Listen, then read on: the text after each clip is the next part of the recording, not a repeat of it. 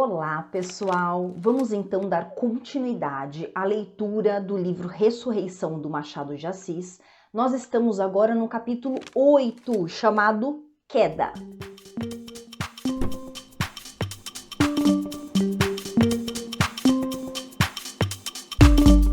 O desenlace desta situação desigual entre um homem frio, o Félix, e uma mulher apaixonada, a Lívia, parece que deverá ser a queda da mulher, foi a queda do homem. Para triunfar da viúva, Félix contava apenas com a sua resolução, mas a viúva, antes do seu amor, tinha dois auxiliares ativos e latentes, o tempo e o hábito. Cada dia que passava caía como uma gota d'água no coração do médico, que ia cavando fundo com a fria tenacidade do destino. O que está acontecendo com esse sentimento do Félix, não?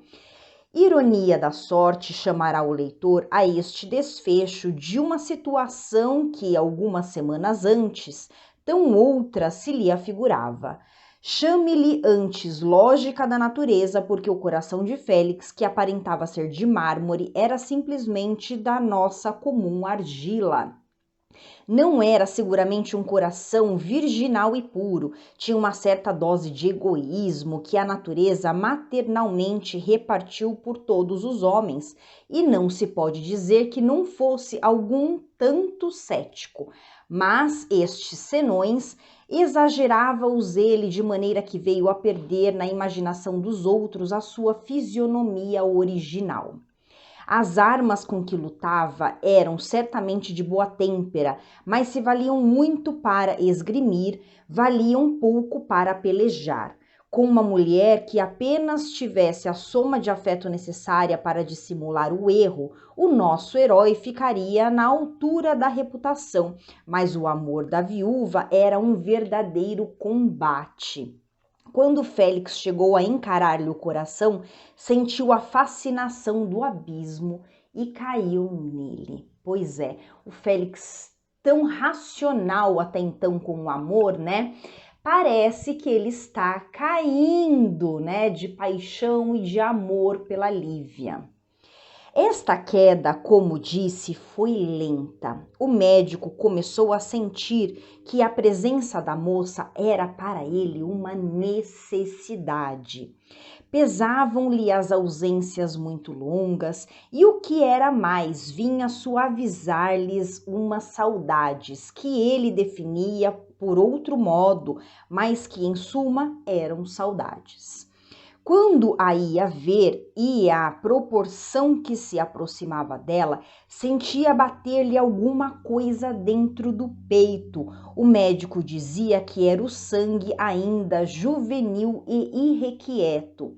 Seria uma razão fisiológica, mas havia também uma razão moral.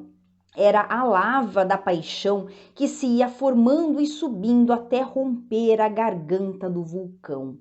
Longa foi a gestação do amor, mas quando o médico descobriu o estado de sua alma, não era centelha que se pudesse abafar, mas incêndio que lavrava e consumia tudo. Ele passou a amar demais a Lívia. Será que isso é bom? Vamos ver. Decidam lá os doutores da escritura qual destes dois amores é melhor, se o que vem de golpe, se o que invade a passo lento o coração. Eu, por mim, não sei decidir, ambos são amores, ambos têm suas energias. O de Félix parecia ter criado no silêncio uma força invencível. Um potro arisco e selvagem, quando a mão do homem lhe põe o freio pela primeira vez, não se irrita mais do que o nosso herói no dia que sentiu violada a liberdade do seu coração. Cólera singular e insensata, mas amarga e sincera, planeou desde logo uma separação violenta que lhe desse tempo e armas para vencer-se a si próprio. A execução seguiu de perto a ideia e o médico cessou repentinamente as suas visitas a Catumbi. Então o Félix, até então tão racional no amor, né? Ele estava tão apaixonado pela Lívia que as ações dele estavam deixando de ser racionais. O sentimento, o amor, estava tirando dele todo esse controle que ele tinha. Ele gostava de ter controle sobre os sentimentos dele, sobre as ações e sobre o amor, né? E essa falta de racionalidade estava deixando o Félix maluco. E o que ele fez? Ele parou de visitar a Lívia repentinamente. Cessou as visitas a Catumbi, né, a casa da Lívia, exatamente para tentar controlar esse sentimento. A ausência, porém, foi ainda um auxiliar da viúva. O despeito do médico não se aplacou, transformou-se, não acusava já a fraqueza do coração, mas a rebeldia dele. O que a princípio lhe parecera necessário para restituir-lhe a paz de espírito, começou a ter os seus olhos o caráter da ingratidão. Ingratidão era já confessar muito, mas o médico foi além, achou-se ridículo. Aqui já não era possível a resistência. Algum homem pode gloriar-se de ser ingrato, dirá com um moralista cético que é uma maneira de ser independente, mas ninguém é ridículo convencido. Convencer-se é emendar-se.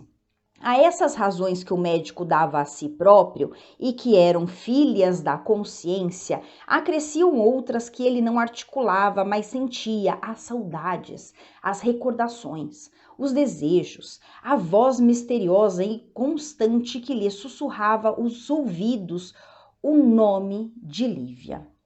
Demais, a bela viúva escreveu-lhe, claro que ela ia escrever, ela ia fazer alguma coisa. Como assim, né? Ele deixou de visitá-la repentinamente.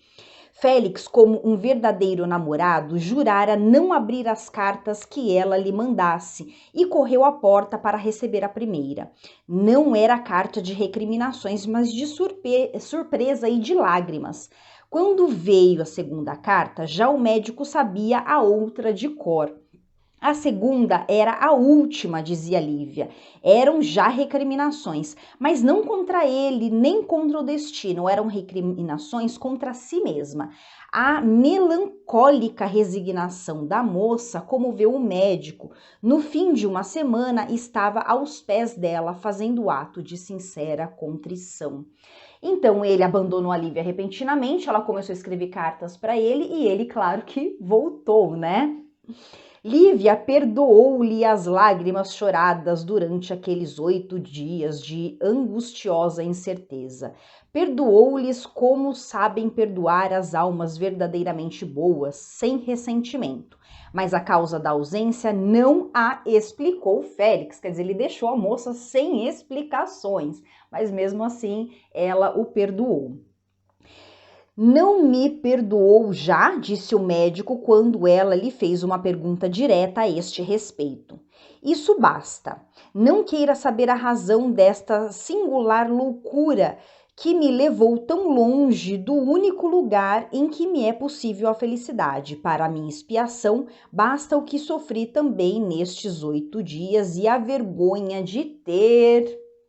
Calou-se, receava dizer tudo. A moça ouviu aquelas palavras com manifesta satisfação e murmurou: ciúmes?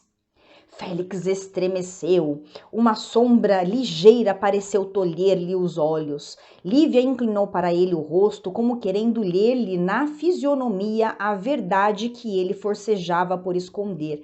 Não, disse Félix, não foram ciúmes. Ciúmes de quê? E de quem? Talvez ele esteja querendo esconder, né, esses ciúmes. De ninguém, bem sei, mas está a me aparecer, Félix, que o seu amor é um pouco visionário e melindroso. Não me lastimam por tão pouco. Agradeço-lhe até. Que perderia eu com isso? Alguns dias de paz, talvez, mas a certeza de ser amada é uma grande compensação. O purgatório não é uma porta que abre para o céu? Cada qual sabe amar a seu modo, o modo pouco importa, o essencial é que saiba amar. Pode ser que eu me engane, continuou ela, pondo-lhe as mãos na fronte, mas eu creio que há nesta cabeça muita imaginação e imaginação doente. Ou então, repetiu o médico, vendo que ela fazia uma pausa, ou então a doença está aqui. concluiu Lívia, apontando-lhe para o coração. Não importa, eu suportarei tudo contanto que me ame. Então ela perdoou verdadeiramente o Félix, né? "Ó, Lívia", exclamou Félix depois de lhe beijar ternamente a fronte, "essa resolução será o penhor do nosso futuro. Consulte o seu coração, veja se há nele bastante misericórdia para mim e prometo-lhe que seremos felizes." "Tudo lhe perdoarei, contanto que me ame", disse a moça. Oh, que romântico!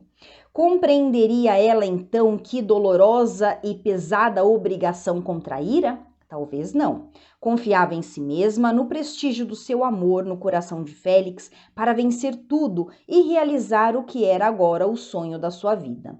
O caminho melhor para isto era seguramente o da igreja. Que obstáculo podia haver? Um ou outro dependiam exclusivamente de si. O casamento era o desfecho lógico e sacramental daquele romance, mas nem a viúva o insinuava, nem o médico o propunha.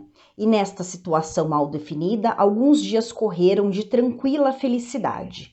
Aos olhos estranhos, buscavam ambos escolher o seu segredo, mas a reserva de Lívia era apenas a que bastava para acatar as conveniências, ao passo que a de Félix era tão completa e calculada que a própria moça a iludia. Esta felicidade de dissimulação desconsolou-a, achava-a perfeita demais. Era uma sintonia de tranquilidade que desdizia com o amor impetuoso de Félix. Demais, que razão haveria para esconder tão misteriosamente dos olhos dos outros uma coisa que deveria e não tardaria a ser pública? A indiferença de Félix, entretanto, não era tão completa como parecia, era uma indiferença vigilante. Quando os olhos da viúva procuravam os do médico, este desviava cautelosamente os seus, mas olhava, digamo-lo assim, por baixo da pálpebra. Foi então que começou para ela uma vida de luta. E aqui finalizamos o capítulo 8. Então o Félix tentando, naquela ânsia de manter a racionalidade amorosa que ele sempre teve, ele rompeu com Lívia por um tempo, por 8 dias. Ela chorou de um lado, ele do outro, sofrendo, porque ele queria tentar controlar aquilo que ele estava sentindo pela Lívia, mas claro que ele não conseguiu, os dois reataram, ela perdoou esse comportamento dele e assim a vida seguiu, tá bom? Vamos então aguardar o próximo vídeo, o próximo capítulo para ver o que vai acontecer nesse romance entre Lívia e Félix. Até, gente! Beijos! Tchau, tchau!